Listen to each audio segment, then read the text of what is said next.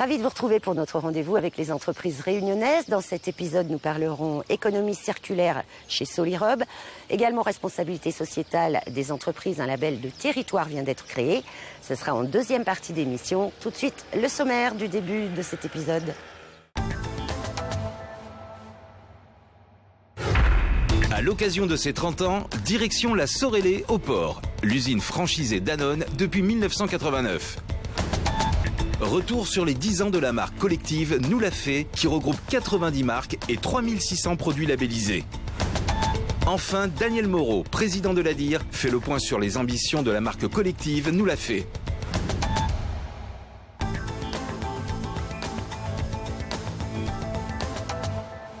C'est une histoire qui a démarré il y a 30 ans et qui continue de s'écrire toujours au même endroit, au port. Les 30 ans de la Sorellet, l'usine de production de produits laitiers franchisée Danone. 30 ans au cours desquels les générations sont passées dans cette entreprise et je vous propose cette histoire racontée par ses employés dans ce reportage. Pour garantir la bonne fabrication d'un yaourt, pas de secret, il faut goûter. Déguster 24 doseurs. Et c'est une des missions quotidiennes de Danielle Etève. C'est elle qui, depuis les débuts, est en charge de valider les produits avant leur commercialisation. Dans le goût, il faudrait regarder l'aspect du produit, si elle est consistante. Après, il y a le goût, s'il n'y a pas de mélange produit dans le produit. Parce qu'avant, on avait fait flan coco. Et ça peut arriver que le flan coco, quand on démarre le flan vanille, le flan coco peut être dans la vanille. Et au niveau goût, on sent tout de suite qu'il y a un mélange. Et là maintenant, avec toutes ces informations, il faut noter l'heure. L'heure c'est écrit ici, sur le pécule, il faut regarder le pécule déjà. L'heure, 20 heures, si jamais il y a un souci avec le consommateur, on a un retour.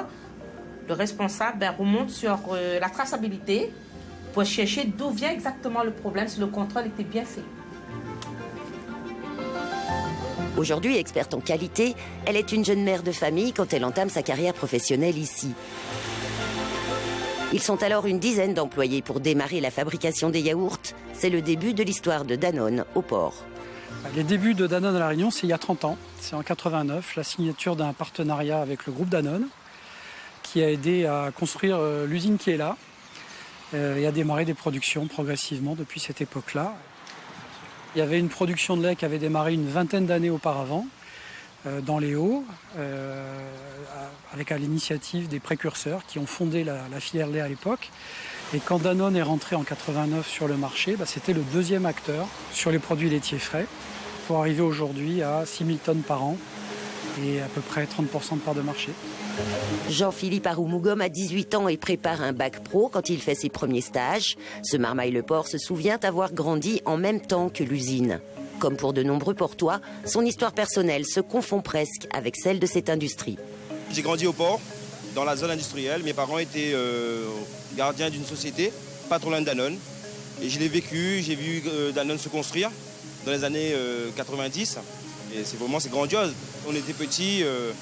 Je viens de l'école du port, on faisait des visites dans ce temps-là pour savoir faire comment fabriquer un yaourt laitier. On était tellement petits enfants d'être passionnés par tout ce qu'on voit comme technologie. Et aujourd'hui, se retrouver dans l'entreprise, pour moi, c'est une fierté. Après plusieurs missions intérim, il est embauché en 2004 en CDI. 2 ans plus tard, il intègre le service maintenance et l'entreprise l'encourage à passer de nouveaux diplômes. Le responsable de l'époque, avec son adjoint, ils ont eu confiance en moi et comme j'ai aussi fait l'épreuve quand j'étais en bac pro. Et depuis 2006 à 2019, j'ai intégré le service et j'ai effectué mon BTS VAE en 2014 que j'ai obtenu avec une bonne mention. Pour moi aujourd'hui, c'est une aubaine d'avoir intégré cette entreprise et une marque assez mondialement reconnue. Chaque année, une société internationale indépendante audite les 49 usines Danone à travers le monde. En 2010, La Réunion obtient le niveau le plus élevé de l'échelle de notation, faisant de Sorellet l'un des meilleurs sites mondiaux du groupe. Toute la stratégie, c'est de s'inspirer du savoir-faire, de ce qui se fait de mieux chez Danone, et puis de le transposer sur les territoires où Danone est présent. Donc ici à La Réunion, on ne fait pas exception.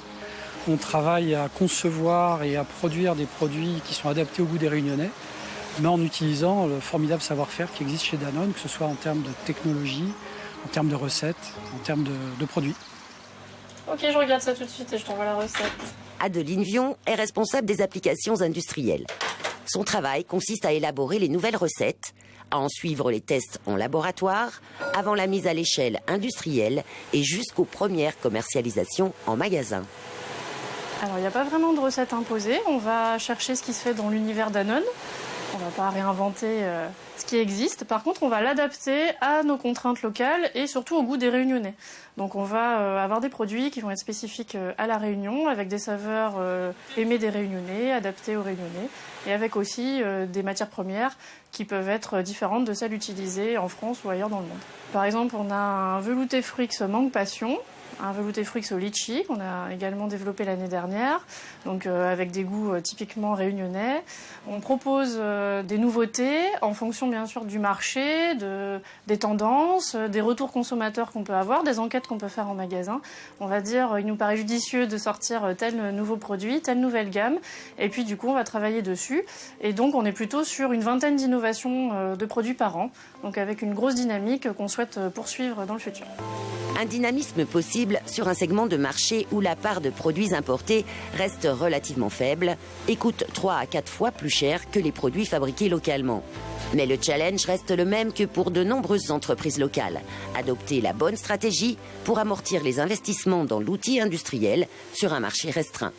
Pour vous donner un élément de comparaison, une usine moyenne en métropole, c'est pas 6 000 tonnes, c'est 150 000 tonnes de production par an, c'est-à-dire 25 fois plus que ce que nous fabriquons nous. Ce qui veut dire qu'on ne se bat pas au même niveau de prix de revient que des usines en métropole, et que par contre, si on n'est pas les champions du monde de la productivité, on doit être les champions du monde de la flexibilité, parce qu'on a des toutes petites séries pour pouvoir proposer aux consommateurs réunionnais quand même une offre déjà très diversifiée avec plus de 60 références. On a besoin d'aller encore plus loin et c'est possible avec les investissements qu'on est en train de mener. Le consommateur réunionnais, il a déjà un rayon de produits laitiers frais assez développé, mais il y a encore des segments qui méritent d'être développés. J'en dirai pas plus à ce stade-là, parce que ça fait partie de nos petits secrets sur nos plans d'innovation. Mais oui, notre offre va s'élargir et le consommateur aura une offre beaucoup plus charpentée d'ici 4-5 ans. Cette stratégie entamée il y a 3 ans vise un objectif à moyen terme, augmenter la production de 1000 tonnes par an d'ici 5 ans.